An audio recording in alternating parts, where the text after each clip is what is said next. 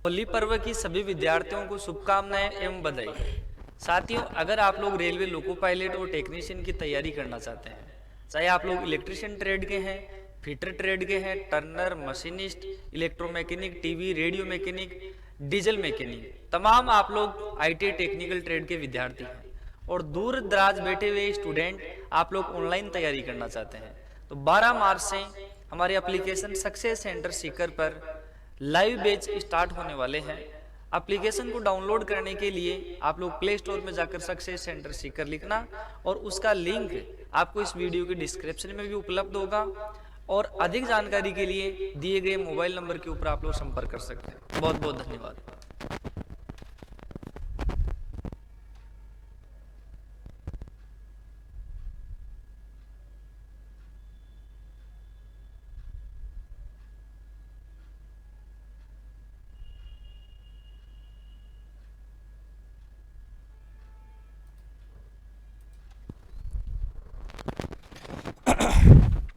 सभी विद्यार्थियों को नमस्कार।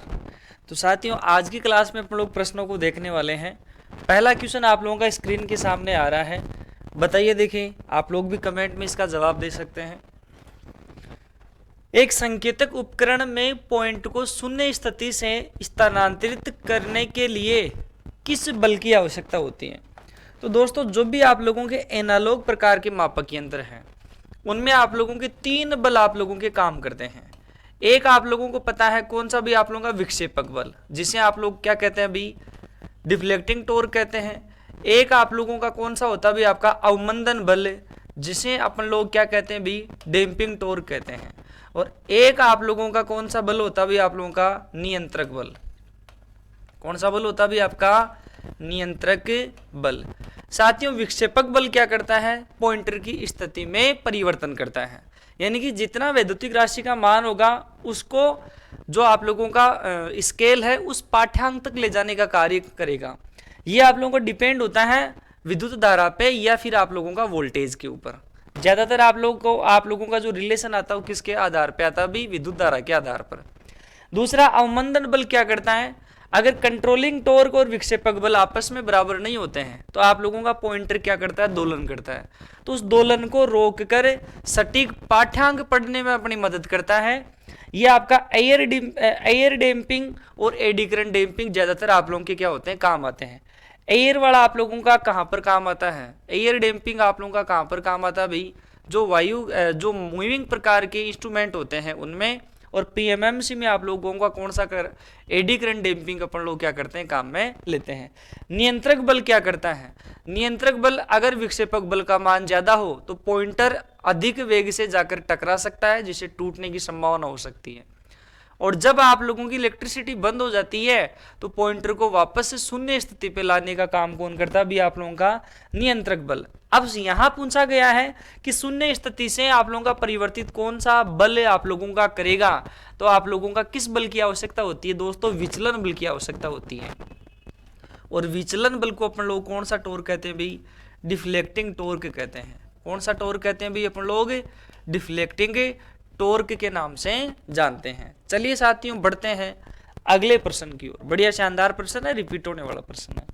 बताओ, देखिए अगला प्रश्न आप लोगों के सामने आ रहा है, गुरुत्वाकर्षण नियंत्रण के साथ प्रदान किए गए उपकरण का उपयोग करने की स्थिति कौन सी है? साथियों, आप कोई मीटर देखते हैं, इसमें मान लीजिए आपका क्या हो गया अभी, पॉइंटर हो गया। अब उसके बाद में क्या होता है, उस मीटर के नीचे जैसे मान लीजिए आप लोगों का एक एमीटर है और ये मान लीजिए इस तरीके का आप लोगों का सिंबल है और ये भी आप लोगों का बन जाएगा और ऐसे एक खड़ी लाइन आएगी। तो कहा जाता है कि मीटर को अगर अपन लोग पाठ्यांक लेते हैं मीटर से तो उसको हमेशा ऊर्ध्वाधर रखना चाहिए, क्योंकि उसमें ग्रेविटी प्रकार का कंट्रोलिंग टॉर्क यूज किया गया है। तो अगर आप लोग उसे ऊर्ध्वाधर ऐसे खड़ा रखोगे ना तब वो सही रीडिंग पड़ेगा। अगर आप लोग क्षैतिज रख दोगे तो उसकी पाठ्यांक में आप लोगों को त्रुटि होगी। तो उसे अपन लोग क्या, ऊर्ध्वाधर स्थिति में रखकर अपन लोग क्या करते हैं, रीडिंग पाठ्यांक लेते हैं। ये बहुत बार ये चीज आप लोगों की पूछ ली जाती है। कभी आप लोग मूविंग प्रकार का या फिर किसी भी प्रकार का जो इस मूविंग या पीएमएमसी टाइप का आप लोग मीटर देखोगे तो उसमें इस तरीके का लंबवत यानी कि 90 डिग्री ऊर्ध्वाधर खड़ा होकर अपन लोग क्या करेंगे, मीटर को रखेंगे तभी अपने को क्या देगा, वो सही रीडिंग देगा। बढ़िया इंपॉर्टेंट क्वेश्चन है। चलिए साथियों बढ़ते हैं नेक्स्ट अगले प्रश्न की ओर। अगला प्रश्न आप लोगों का स्क्रीन के ऊपर आ रहा है। पैमाने का नाम क्या है? पैमाने का नाम क्या है? तो साथियों ध्यान देना, इस पैमाने में देखना, यहां आप लोगों का देखो 2 है, 2 के बाद में पॉइंट 2 है, फिर आप लोगों का 1 है, फिर आप लोगों का 5, फिर 10, 50 ऐसे होता जा रहा है। यहां देखो गैप आप लोगों का बराबर दिख रहा है और यहां आप लोगों को गैप क्या दिख रहा है, भी आप लोगों का ज्यादा दिख रहा है। तो यानी कि लीनियर स्थिति नहीं है, रेखीय स्थिति नहीं है, तो ये आप लोगों का अरेखिक प्रकार का है। यानी कि एक क्वांटिटी दूसरी क्वांटिटी पे सीधे समानुपात में नहीं है। तो ये आप लोगों का कौन सा भी अरेखिक पैमाना यानी कि नॉन लीनियर है। तो ये कौन सा कहलाएगा भी आप लोगों का गैर रेखीय पैमाना। और साथियों गैर रेखीय पैमाना जो अगर आपसे पूछा जाए कि किस प्रकार के इंस्ट्रूमेंट का होता है भी, मूविंग आयरन जो इंस्ट्रूमेंट होता है, मूविंग आयरन जो आप लोगों का एसी और डीसी दोनों का मेजरमेंट करने का कार्य करता है, उसका जो स्केल होता है वह आप लोगों का गैर रेखीय होता है, अर्थात नॉन लीनियर स्केल उनका माना जाता है। चलिए साथियों बढ़ते हैं नेक्स्ट अगले सवाल की ओर। अगला सवाल आपका स्क्रीन के ऊपर आ रहा है। इंस्ट्रूमेंट रीडिंग की गलत स्थिति के कारण कौन सी त्रुटि होती है? अगर इंस्ट्रूमेंट आप लोगों की खुद ही आप लोगों की रीडिंग क्या पढ़ रहा है भाई, आप लोगों की गलत पढ़ रहा है। मानव त्रुटि तो कब होती है? जब अपन लोग मान लीजिए पाठ्यांक आप लोगों का 10 है और अपन लोग उसे 15 पढ़ रहे हैं, तो मानव त्रुटि के अंदर आएगी।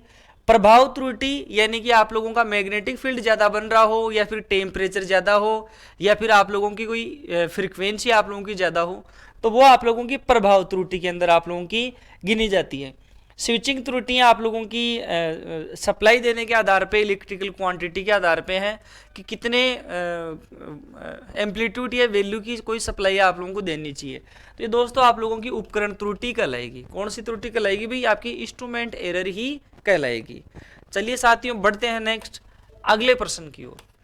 अगला प्रश्न आप लोगों का स्क्रीन के ऊपर आ रहा है। अच्छा क्वेश्चन है। एक मेगा और एक ओम से नीचे प्रतिरोध मान को मापने के लिए 1 ओम और 1 मेगा ओम है भी है। 1 ओम और 1 मेगा ओम है भाई। 1 ओम और 1 मेगा ओम से नीचे 1 मेगा ओम है ये। एक बार मैं क्वेश्चन को देखता हूं भाई इसको ना।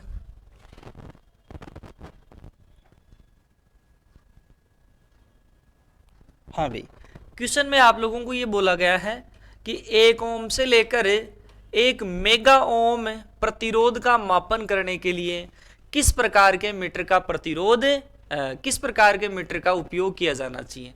तो दोस्तों आप लोगों को पता है ये ओम मीटर प्रकार का होगा और ये कौन सा आएगा भी आप लोगों का संट टाइप का। अब दो चीजें देखना, जो आप लोगों का संट प्रकार का होता है इसका जो स्केल होता है संट प्रकार का, तो ध्यान देना ये तो 0 से लेकर अनंत ही आप लोगों का स्थित होता है। ये भी परीक्षा में प्रश्न पूछा जाता है कि संट का पैमाना होता है तो 0 से अनंत की तरफ ही होता है। लेकिन और ये आप लोगों का 1 ओम से लेकर 1 मेगा ओम तक, ठीक है भी।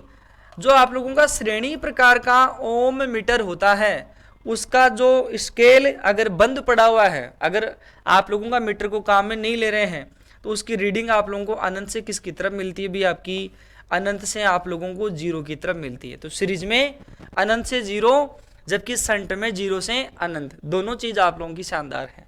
सीरीज प्रकार का जो ओम मीटर का जो उपयोग है वो 1 मेगा ओम से अधिक प्रतिरोध मापने के लिए, 1 मेगा ओम से अधिक प्रतिरोध मापने के लिए। तो यहाँ आप लोगों का जवाब कौन सा होगा भाई? संट टाइप ओम मीटर। ये रीडिंग आप लोग देख लेना। संट की जैसे और मीटरों की होती है 0 से अधिकतम या फिर या तो अनंत बोलेंगे अपन लोग, प्रतिरोध का मामला है। और आप लोगों का श्रृंखला प्रकार के में अनंत से किसकी तरफ आएगा भी? आप लोगों की शून्य की तरफ आएगा। चलिए दोस्तों बढ़ते हैं नेक्स्ट अगले प्रश्न की ओर। अगला प्रश्न आपका स्क्रीन के ऊपर आ रहा है। उन्नत मेगा ओम मीटर में प्रदान किए गए तीसरे सिरे का क्या उद्देश्य है? जो मेगा ओम मीटर है उसमें जो आप लोगों का मूविंग कोइल होगी, आप लोगों की करंट कोइल होगी, उसके अलावा जो आप लोगों का तीसरा जो आप लोगों का संबंध होता है वो दोलन के बिना सटीक रीडिंग प्रदान करना। क्योंकि आपने देखा होगा मेगर में कंट्रोलिंग टॉर्क नहीं, कंट्रोलिंग स्प्रिंग आप लोगों की यूज नहीं होती है। जो आप लोगों की कोयल होती है उसी के द्वारा अपन लोग कंट्रोलिंग टॉर्क क्या करते हैं, प्रदान करते हैं। तो यहाँ जो तीसरा आप लोगों का पॉइंट होता है दोलन के बिना सटीक रीडिंग प्रदान करना। आपको पता है अगर कंपन होगा पॉइंटर में, स्केल में दोलन होगा तो सही रीडिंग प्राप्त करना क्या होता है, कठिन होता है। तो यहाँ क्या आएगा भी आप लोगों का दोलन के बिना सटीक रीडिंग प्रदान करना। चलिए साथियों बढ़ते हैं अगले सवाल की ओर। अगला सवाल आप लोगों का स्क्रीन के ऊपर आ रहा है, बताओ देखिए, संट प्रतिरोध सामग्री का क्या नाम है। आप लोग आसानी से बता सकते हैं संट प्रतिरोध की बनावट में किस पदार्थ को अपन लोग काम में लेते हैं। तो संट प्रतिरोध पदार्थ की बनावट में अपन लोग भाई किसको काम में लेते हैं, मैग्नीन को काम में लिया जाता है। किसको काम में लिया जाता है, मैग्नीन को काम में लिया जाता है। और ये मैग्नीन आप लोगों का किस प्रकार का पदार्थ है, शून्य ताप गुणांक पदार्थ। क्या है भाई आपका, शून्य ताप गुणांक पदार्थ है, यानी कि टेम्परेचर बढ़ने पर अपने प्रतिरोध में परिवर्तन नहीं करता है। और ये किन किन से मिलकर बना होता है, इसमें भाई साहब आपका एक तो क्या होता है तांबा, क्या होता है भाई तांबा, और एक क्या होती है भी इसमें आप लोगों का मैग्नीज, क्या होता है भी आपका मैग्नीज, और एक क्या होता है भी इसमें निकल, क्या होता है भी आपका निकल। तो तांबा आप लोगों का कितना परसेंट पाया जाता है, 84%, और मैग्नीज कितना परसेंट भाई 12%, और निकल कितना भाई आप लोगों का 4%। यहाँ यूरेका के लिए आप नाइक्रोम आप लोगों को पता है, नाइक्रोम आप लोगों का किससे मिलकर बनता है, अभी आपका निकल प्लस क्रोमियम से मिलकर बनता है, जो आप लोगों का 80+20 का अनुपात होता है। ये आपका, इसको अपन लोग क्या कहते हैं भाई, तापक तंतु के नाम से जानते हैं। जो भी आप लोगों का उसमें प्रभाव पे जो कार्य करते हैं, हीटर है, आप लोगों का इमर्सन रोड है, इमर्सन, उनके अंदर अपन लोग क्या करते हैं, तापक तंतु नाइक्रोम को काम में लिया जाता है। यूरेका को अपन लोग क्या कहते हैं भाई, दूसरा नाम यूरेका के लिए अपन लोग कांस्टेंट भी कहते हैं। क्या कहते हैं भाई, कांस्टेंट भी कहते हैं, जिसमें 60% तो क्या होता भी आपका कॉपर है, और प्लस 40% उसके अंदर क्या होता भी आप लोगों का निकल। ठीक है भाई, 40% क्या पाया जाता है, निकल। तांबा आप लोगों की क्या है, चालक धातु है। ठीक है भाई, तो खैर इस प्रश्न का जो सही जवाब क्या होगा भी आपका मैग्नीन। चलिए साथियों बढ़ते हैं नेक्स्ट अगले सवाल की ओर। अगला सवाल आप लोगों का स्क्रीन के ऊपर आ रहा है, बताओ देखें, फटाफट आप लोग जवाब दें। चल कुंडली मीटर एक समान पैमाने का क्या कारण है। चल कुंडली, तो देखो चल कुंडली को अपन लोग क्या कहते हैं, मूविंग कोयल कहते हैं। क्या कहते हैं भाई अपन लोग, मूविंग कोयल के नाम से जानते हैं। और मूविंग कोयल का मतलब क्या होगा भी आपका पीएमएमसी, क्या होगा भी आपका पीएमएमसी। ठीक है भी, एक समान पैमाना। अब जो मूविंग कोयल में जो पहली बात, तो अगर मूविंग कोयल का आप लोगों से सिंबल पूछा जाए तो ये दोस्तों आप लोगों का मूविंग कोयल यानी कि पीएमएमसी,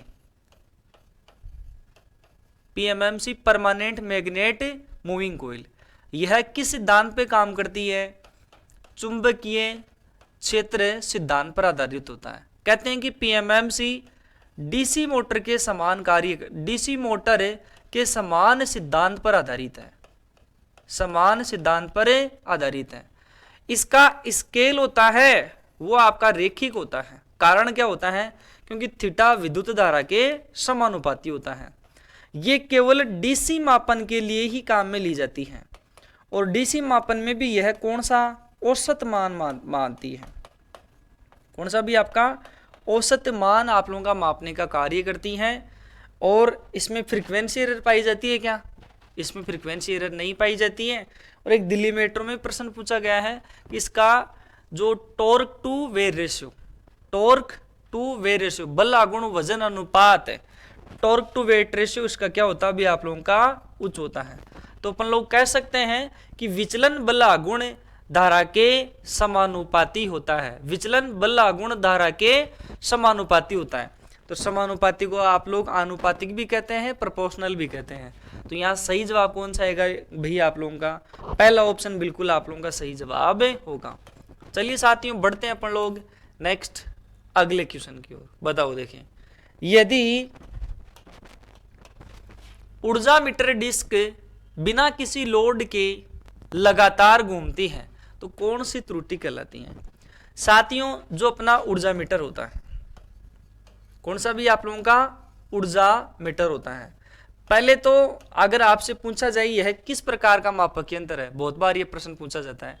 इंटीग्रेटिंग, कौन सा भी आप लोगों का इंटीग्रेटिंग अर्थात समकालन प्रकार का, किसका भी आपका समकालन प्रकार का, क्योंकि इनको एक यूनिट पढ़ने के लिए एक इनका टारगेट रहता है कि जितने भी समय में अगर 1 किलोवाट शक्ति का खर्च हो गया तब मैं मेरी यूनिट पढ़ सकता हूं, इसलिए अपन लोग इन्हें क्या कहते हैं, समकालन प्रकार का। तो समकालन प्रकार के में जो आप लोगों की एल्यूमिनियम की डिस्क होती है, आपने अगर लोड लगा नहीं रखा है, लोड आपने लगाया नहीं है, ठीक है भी, और फिर भी आप लोगों की एल्यूमिनियम डिस्क क्या कर रही है भी, रोटेशन कर रही है। रोटेशन कर रही है तो आप लोगों की जो चक्कर है वो आप लोगों के काउंट हो रहे हैं, लोड आपने लगा नहीं रहा है, तो मीटर आप लोगों का क्या पढ़ रहा है, रीडिंग पढ़ रहा है, अर्थात वो यूनिट बताएगा, तो अपने क्या होगा भी, नुकसान होगा। अर्थात ऊर्जा मीटर में एल्यूमिनियम डिस्क बिना लोड के ही घूमने लग जाती है, तो इससे होने वाले जो नुकसान होता है उसे अपन लोग क्रिपिंग दोष कहते हैं। कौन सा दोष कहते हैं भी, अपन लोग क्रिपिंग दोष के नाम से जानते हैं। और क्रिपिंग दोष को अपन लोग कहते हैं रेंगने की त्रुटि। कौन सी त्रुटि भी, रेंगने की त्रुटि के नाम से अपन लोग जानते हैं। दूसरा, क्रिपिंग दोष को दूर करने के लिए जो एल्यूमिनियम की डिस्क होती है इसमें छोटे छोटे छिद्र बनाए जाते हैं। छोटे छोटे छिद्र बनाने से क्या होगा, इस एल्यूमिनियम की डिस्क को वायुघर्षण प्राप्त हो जाएगा। क्या हो जाएगा भी, आपका वायुघर्षण प्राप्त हो जाएगा। वायुघर्षण मिलने के कारण फिर ये आप लोगों की विदाउट लोड के अपने आप नहीं घूमेगी। चलिए दोस्तों, बढ़ते हैं अपन लोग अगले क्वेश्चन की ओर।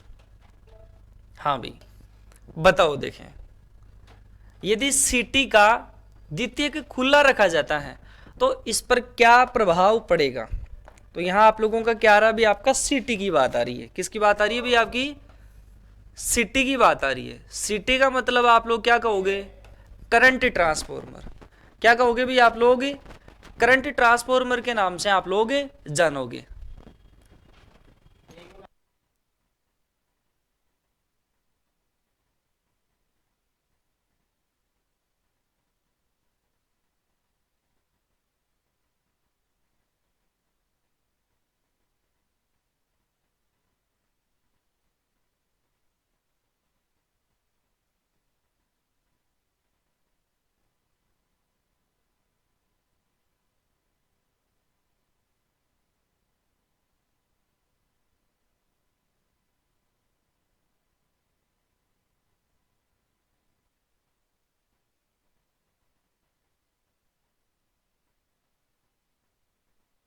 हाँ भाई तो देखो, सीटी है उसे अपन लोग करंट ट्रांसफॉर्मर, ठीक है भी, करंट ट्रांसफॉर्मर अपन लोग कहते हैं। और यह आप लोगों का किसके लिए काम आता है, उच्च धारा मापन के लिए। किसके लिए भी, उच्च धारा मापन के लिए। इसकी संरचना की अगर अपन लोग बात करें, इसकी संरचना की अगर अपन लोग बात करें तो एक तो क्या होगा भी आप लोगों का स्टेप अप ट्रांसफॉर्मर। क्या होगा भी आपका स्टेप अप ट्रांसफॉर्मर। और एक क्या लगाया जाएगा भी आप लोगों का एमीटर। एमीटर कौन सी वाइंडिंग में लगेगा, आपका सेकेंडरी वाइंडिंग में लगेगा, ठीक है भी।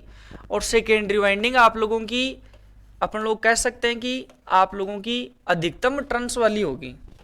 क्या होगी भी, आपकी अधिकतम टर्न्स वाली आप लोगों की सेकेंडरी वाइंडिंग होगी। और सीटी की जो आप लोगों की प्राइमरी वाइंडिंग होती है वो आपकी एक टर्न वाली हो सकती है।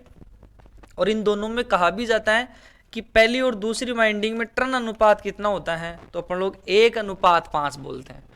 अब देखो, अकॉर्डिंग टू सीटी की रेटिंग ऐसा नहीं कि यहाँ 1 टर्न लगेगा 5 टर्न लगेगा। प्रैक्टिकली और सैद्धांतिक दोनों चीज़ों आप लोग समझना। 1:5 अपन लोग 5 बोलेंगे। अगर यहाँ आप लोगों ने 20 टर्न्स लगा रखे तो यहाँ कितने टर्न्स लगाएंगे भी, अपन लोग 4 टर्न्स लगाएंगे, ठीक है भी। अब देखो, अगर अपन लोग बात करें सीटी का जो बर्डन होता है और ये जो एमीटर लगाया जाता है ये भी आप लोगों का कितने रेंज का लगाया जाता है, 0 से 5 एम्पीयर प्रास का लगाया जाता है। सेकेंडरी वाइंडिंग की अगर द्वितीयक जो वाइंडिंग है अगर वो आप लोगों की ओपन है तो आपको पता है अधिकतम टर्न है, तो अधिकतम त्वरण है तो वहां ईएमएफ का मान क्या होता है, अत्यधिक होता है, जिसके कारण द्वितीयक वाइंडिंग क्या हो सकती है आप लोगों की, जल सकती है। तो खुला रख दिया जाएगा तो इस पर क्या प्रभाव पड़ेगा, सीटी की द्वितीय वाइंडिंग क्या हो जाएगी, जल जाएगी। और सीटी की बर्डन बोझ है वो किस में मापा जाता है, आप भी कमेंट कर सकते हैं। जो सीटी का जो बोझ होता है, बर्डन होता है, वह आपका वोल्ट एम्पीयर में मापा जाता है। किस में मापा जाता है, वोल्ट एम्पीयर में मापा जाता है। किसको बोलते हैं अपन लोग, बर्डन कह दीजिए या फिर आप लोग बोझ कह दीजिए। तो सीटी आप लोगों का किस ट्रांसफॉर्मर पे सिद्धांत पे आधारित होता है, तो अपन लोग कहेंगे भी स्टेप अप सिद्धांत के ऊपर आधारित होता है। चलिए साथियों बढ़ते हैं नेक्स्ट अगले प्रश्न की ओर। अगला प्रश्न आप लोगों का स्क्रीन के ऊपर आ रहा है, बताओ देखिए फटाफट आप लोग जवाब दें। शंट प्रकार ओम मीटर से जुड़े परिवर्तित प्रतिरोध का उद्देश्य क्या होता है। शंट प्रकार का जो ओम मीटर होता है, ओम मीटर, शंट प्रकार का जो ओम मीटर होता है, इसमें जो ये परिवर्तित यानी कि वेरिएबल रेजिस्टेंस जो लगाया जाता है, वो दोस्तों पॉइंटर की स्थिति के लिए लगाया जाता है। क्यों, क्योंकि यहाँ आप लोगों की कंट्रोलिंग जो स्प्रिंग है वो इसके अंदर यूज नहीं होती है, तो अपन लोग कहेंगे कि पॉइंटर को शून्य समायोजन में समायोजित करने के लिए। क्योंकि जैसे आप लोग रेजिस्टेंस वगैरह नापोगे, फिर वापस से जो आप लोगों का वेरिएबल रेजिस्टेंस है उसके पावर के बिहेवियर पे क्या होगा, पॉइंटर आप लोगों का शून्य स्थिति पे आएगा। अब मैं एक प्रश्न पूछूंगा, जितने भी ये एनालॉग प्रकार के आप लोगों के ये है मीटर, इनमें आप लोगों का पॉइंटर किस चीज का बना हुआ होता है, इनमें ये पॉइंटर आप लोगों का किसका बना हुआ होता है। तो साथियों ये पॉइंटर आप लोगों का बनाया जाता है एल्यूमिनियम का। किसका बना होता है भी आपका, एल्यूमिनियम का ये पॉइंटर आप लोगों का बनाया जाता है। चलिए दोस्तों बढ़ते हैं नेक्स्ट अगले प्रश्न की ओर। अगला प्रश्न आपका स्क्रीन के ऊपर आ रहा है, बताओ देखें। मापन वाले उपकरणों में नियंत्रण स्प्रिंग बनाने के लिए किस सामग्री का उपयोग किया जाता है। जो स्प्रिंग अपन लोग बनाते हैं उसमें अपन लोग किस सामग्री का काम में लेते हैं। हाँ भी, तो आप लोग क्या बताओगे भी, सीधी सी बात है, वो सामग्री आपकी फास्फोरस ब्रोंज की बनाई जाती है। स्प्रिंग फास्फोरस ब्रोंज की बनी होती है। और इस फास्फोरस ब्रोंज में क्या क्या विशेषताएं होनी चाहिए। ये फास्फोरस ब्रोंज है, इसकी उच्च विशिष्ट ऊष्मा होती है। ये भी आता है कि क्या विशेषताएं होनी चाहिए, उच्च विशिष्ट ऊष्मा की इसके अंतर्गत क्या होती भी आप लोगों की बात होती है, उच्च विशिष्ट ऊष्मा। दूसरी बात देखना आप लोग, ये अचुंबकीय पदार्थ की तरह होती है, अचुंबकीय पदार्थ की तरह होती है। और इसका विशिष्ट प्रतिरोध कम होना चाहिए, इसका विशिष्ट प्रतिरोध भाई क्या होना चाहिए आपका, कम होना चाहिए। क्योंकि ये कुंडली ये जुड़ेगी आप लोगों की, करंट भी इसके अंतर्गत क्या होगा भी आप लोगों का। हाँ भी, तो सही जवाब क्या होगा आपका, फास्फोरस ब्रोंज। चलिए दोस्तों बढ़ते हैं अगले सवाल की ओर, बताओ देखें। अगला सवाल आपका स्क्रीन के ऊपर आ रहा है, एकल चरण ऊर्जा मीटर कौन से विद्युत प्रभाव पर कार्य करता है। एकल चरण यानी कि सिंगल फेज एनर्जी मीटर किस सिद्धांत पे कार्य करता है। तो सिंगल फेज एनर्जी मीटर है वो आप लोगों का इंडक्शन यानी कि प्रेरण प्रभाव पे कार्य करेगा। किस पर काम करेगा भी आपका, प्रेरण प्रभाव पर ही काम करेगा।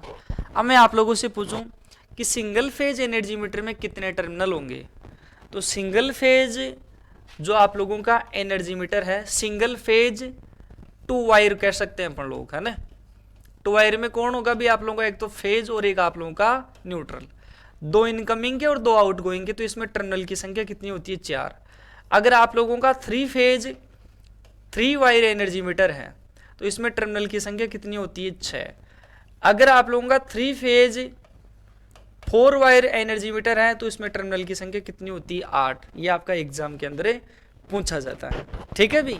तो यहाँ आप लोगों का सही जवाब कौन सा होगा, प्रेरण प्रभाव। चलिए दोस्तों बढ़ते हैं नेक्स्ट अगले सवाल की ओर।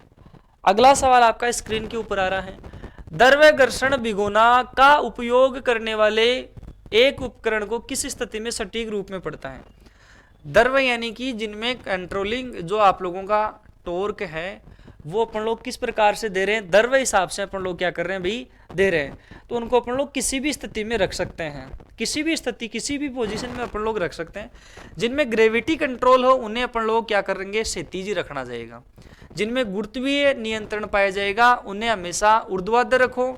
और जो द्रव्य अपने दे रहे हैं, जो द्रव्य अपन लोग दे रहे हैं आप लोगों का, उन्हें अपन लोग किसी भी तरीके से ऊर्ध्वाधर या फिर अपन लोग क्षैतिज, दोनों स्थितियों में किसी भी स्थिति में अपन लोग रख सकते हैं।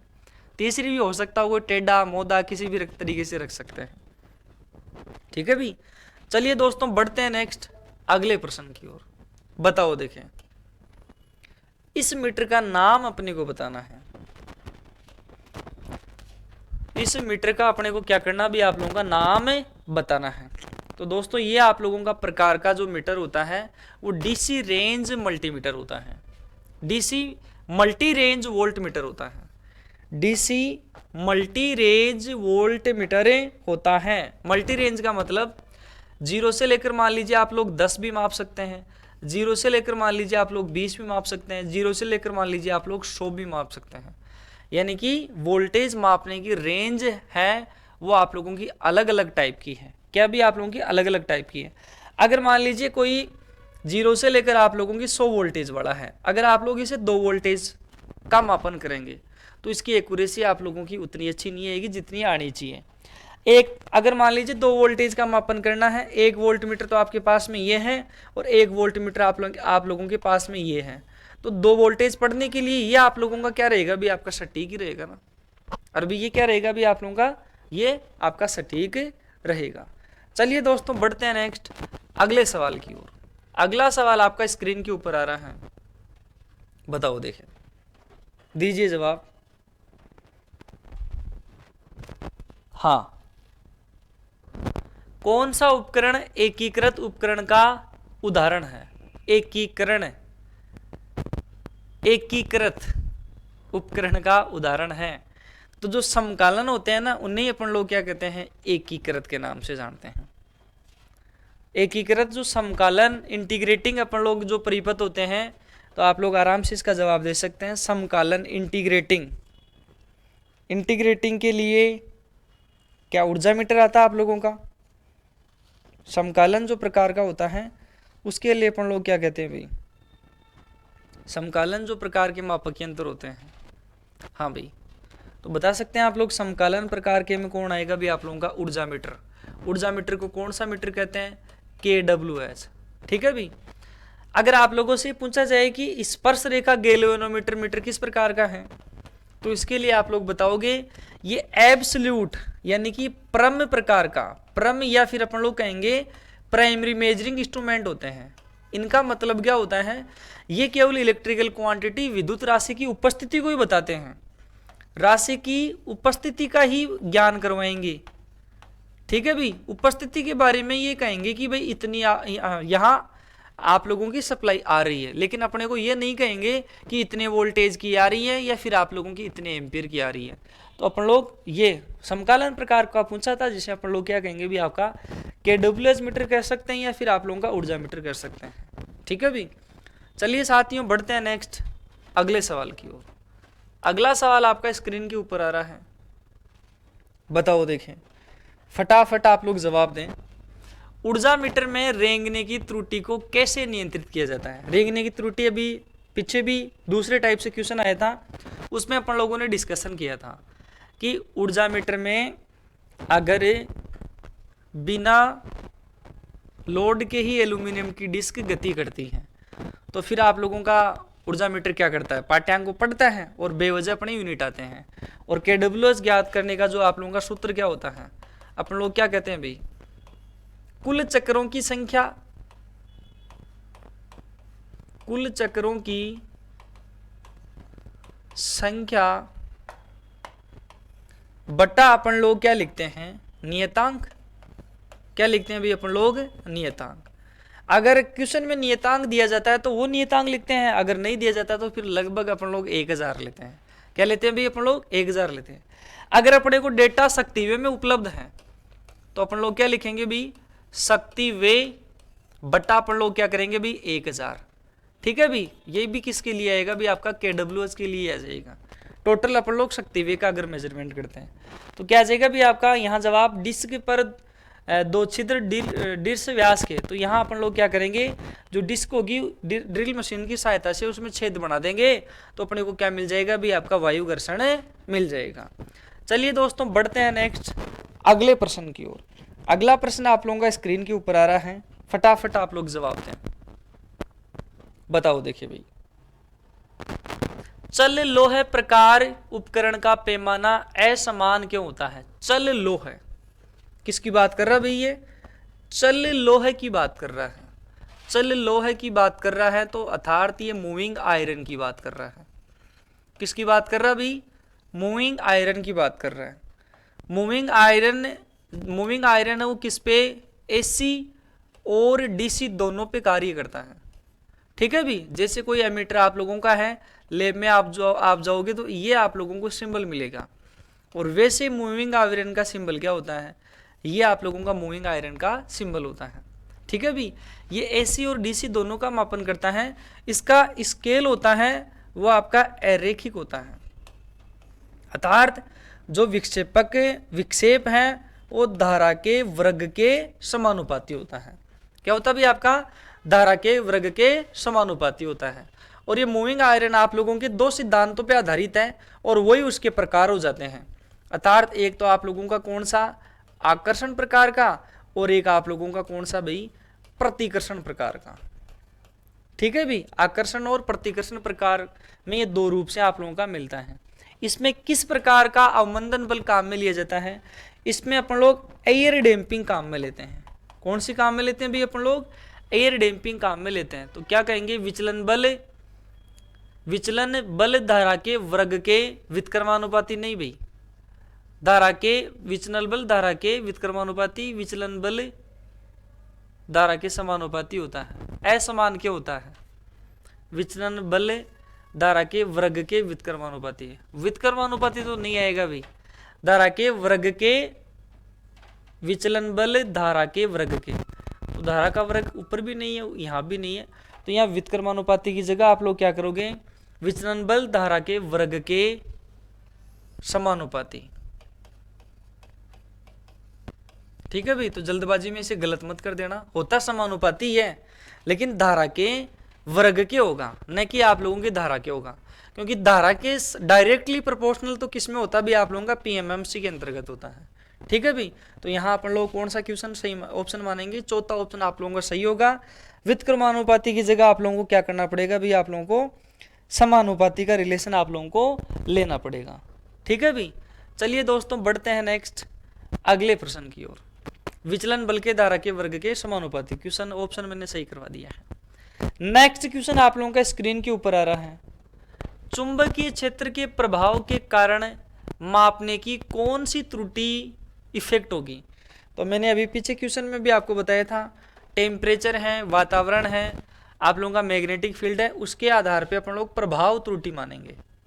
कौन सी त्रुटि मानेंगे भाई? अपन लोग प्रभाव त्रुटि मानेंगे, जिससे रीडिंग आप लोगों को वास्तविक रीडिंग नहीं, वास्तविक पाठ्यांक आप लोगों को नहीं मिलेगा, कुछ न कुछ पाठ्यांक में आप लोगों को क्या मिलेगा भाई? परिवर्तन मिलेगा।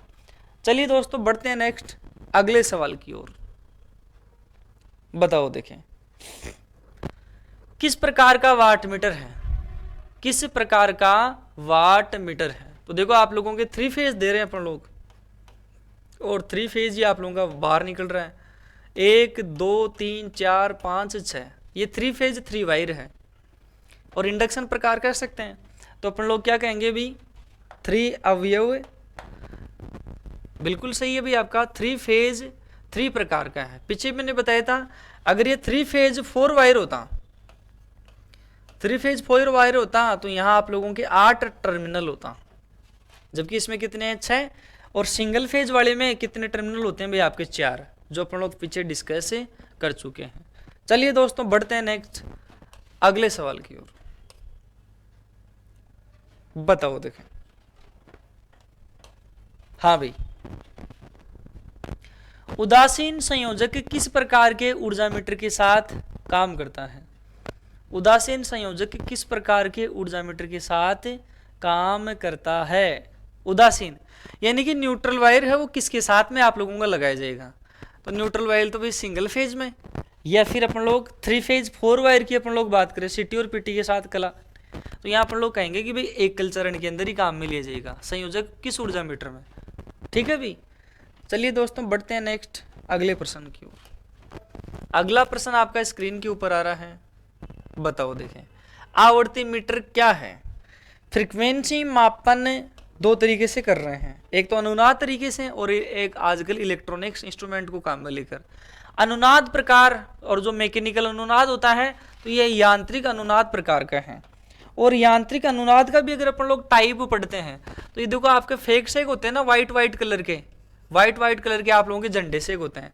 जितनी फ्रीक्वेंसी होती है मैग्नेटिक फील्ड के कारण उसमें क्या होने लग जाता है, कंपन होने लग जाता है, और उस कंपन का अपन लोग क्या कर लेते हैं, मापन। कंपन वाली रीड को अपन लोग क्या कहेंगे, उस पर आप लोगों का लिखा हुआ होगा, रीडिंग आप लोगों की लिखी हुई होगी, उसको अपन लोग क्या करेंगे भी फ्रीक्वेंसी मानेंगे। यांत्रिक अनुनाद में भी ये किस प्रकार की मानी जाती है, आपकी रीड टाइप। ये फ्रीक्वेंसी मीटर का किस प्रकार का टाइप है भी, आप लोगों का रीड टाइप है। कौन सा भी, रीड टाइप है। चलिए दोस्तों बढ़ते हैं अगले सवाल की ओर, बताओ देखें। हाँ भाई बताओ, जवाब दीजिए। यंत्र में संवेदनशीलता की इकाई है, यानी कि सुग्राह्यता की इकाई क्या है? सुग्राह्यता की इकाई क्या है? तो सेंसिटिविटी होती है, अपन लोग ये कहते हैं कि आप लोगों का मीटर का टोटल रेजिस्टेंस बटा आप लोगों का विभव का अधिकतम क्या नाम है आप लोगों का, पूर्ण परास।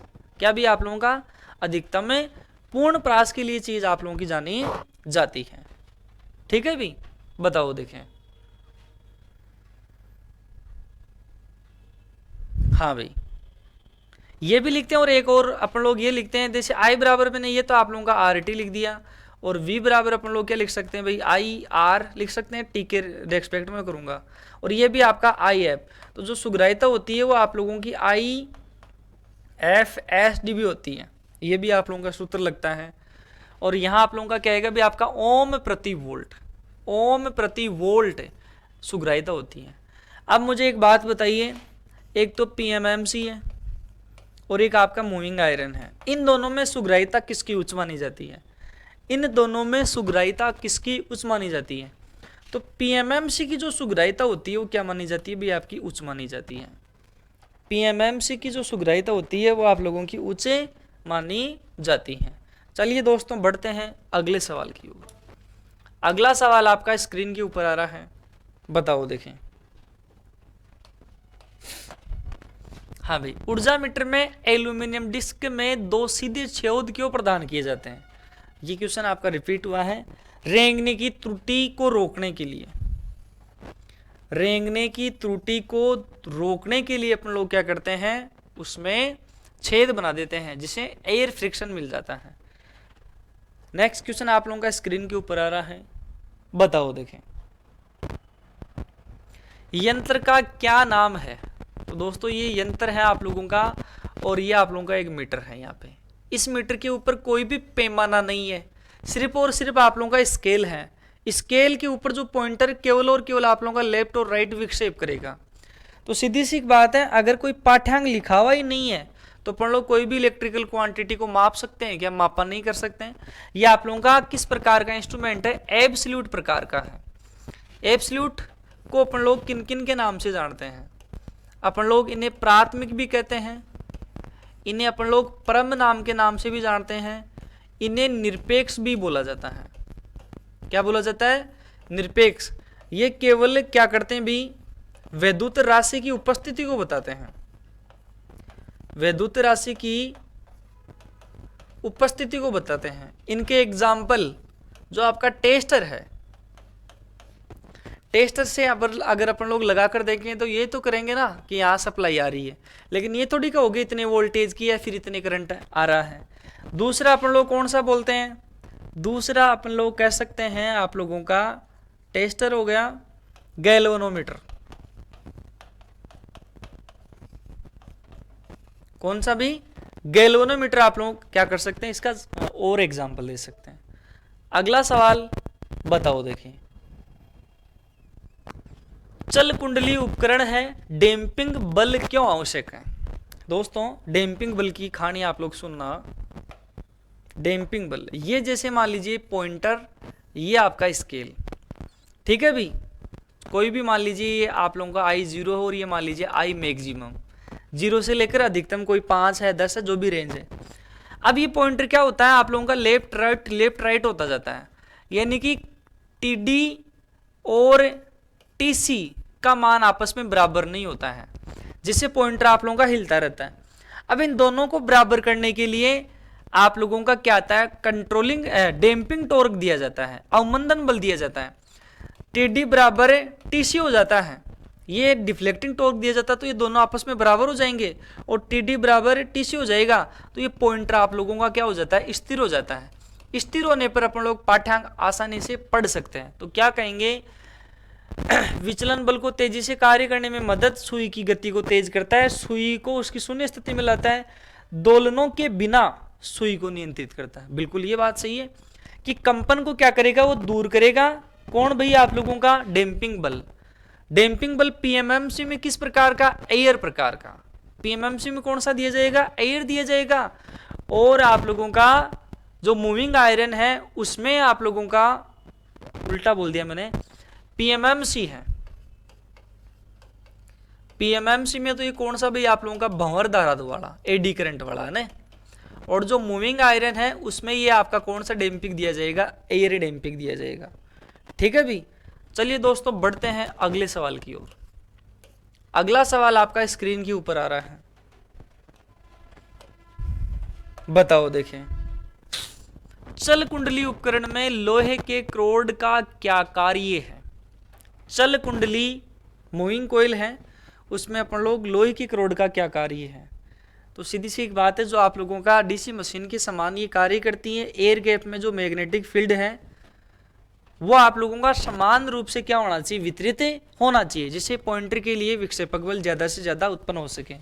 एयर गैप में चुंबकीय फ्लक्स के समान वितरण के लिए जो आप लोगों की चल कुंडली होती है उसमें लोहे की क्रोड काम में ली जाती है। ठीक है भाई। और सबसे बढ़िया के लिए एल्यूमिनियम फॉर्मर काम में लिया जाता है। मापक यंत्रों में लोडिंग प्रभाव का कारण कौन सा पैरामीटर है? लोडिंग प्रभाव वोल्टमीटर से संबंधित है कि वोल्टमीटर में सही रीडिंग का जो पाठ्यांक अपन लोग पढ़ेंगे वो लोडिंग इफेक्ट, लोडिंग प्रभाव के अंतर्गत अपन लोग पढ़ने का कार्य करते हैं। तो वो आप लोगों का किस चीज़ के लिए आप लोगों का जाना जाता है? लोडिंग प्रभाव अपने को ज़्यादा से ज़्यादा प्राप्त हो, ओम प्रति वोल्ट अपन लोग कहते हैं। तो आप लोगों का ये उच्च संवेदनशीलता यानी कि सेंसिटिविटी अधिक प्राप्त करने के लिए वोल्टमीटर में लोडिंग इफेक्ट आप लोगों का लागू होता है। चलिए साथियों बढ़ते हैं। और संवेदनशीलता का अगर आप लोगों से मात्रक पूछा जाएगा तो क्या बताओगे आप लोग? ओम प्रति वोल्ट, या फिर आप लोग एम्पियर इनवर्स भी बता सकते हैं। आगे देखो भाई, बताओ भाई देखें। मापक यंत्रों पर लोडिंग प्रभाव ये हो गया, दो बार आ गया, ये उच्च संवेदनशीलता के लिए। नेक्स्ट क्वेश्चन देखो भाई, बताओ यंत्र का प्रकार का क्या नाम है? ये किस प्रकार का आप लोगों का यंत्र है? ये तो इतना मैं आपको हिंट दे देता हूं कि मूविंग आयरन में दो प्रकार हैं, एक तो अट्रैक्शन प्रकार का होता है और एक आप लोगों का रिपल्सन प्रकार का होता है। रिपल्सन प्रकार में दो प्रकार की चकती होती है, एक फिक्स और आप लोगों की एक घूमने वाली। ठीक है भाई। अट्रैक्शन प्रकार के में दो कोयलें होंगी आप लोगों की, फिक्स कोयल और आप लोगों की एक मूविंग कोयल। तो ये किस प्रकार का आप लोगों का मापक यंत्र है? स्थायी चल कुंडली नहीं है, बिल्कुल ये भी नहीं है। जवाब आप लोगों का पहले और दूसरे में आप लोगों को देना है।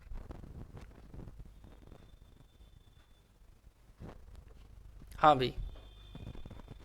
तो देखो इसमें यहाँ ये कोयल है और एक कोयल W1 और W2 दो कोयलों के लिए आप लोगों का बोला गया है। तो दो कोयलें आप लोगों की किस में होती है भी? आकर्षण प्रकार में। आकर्षण और प्रतिकर्षण में अगर आप लोग संरचना देखते हैं तो प्रतिकर्षण की संरचना सरल होती है, जबकि आकर्षण की संरचना क्या मानी जाती है आप लोगों की? कठिन मानी जाती है, जटिल मानी जाती है। तो ये आप लोगों के मेजरमेंट के चैप्टर से क्वेश्चन थे। सभी विद्यार्थियों को होली की हार्दिक शुभकामनाएं। आप लोग खुश रहें, मस्त रहें, बढ़िया आप लोग एंजॉय करें। जरूर आप लोगों को सफलता मिलेगी अगर आप लोग ईमानदारी से प्रयास कर रहे हो तो। थोड़ा सा अगर आप लोग परेशान हो सकते हैं, लेकिन सफलता आप लोगों को ज़रूर मिलेगी। आपके प्रयास में ईमानदारी होनी चाहिए और अच्छा आप लोग एफर्ट लगाते रहें। बहुत बहुत धन्यवाद।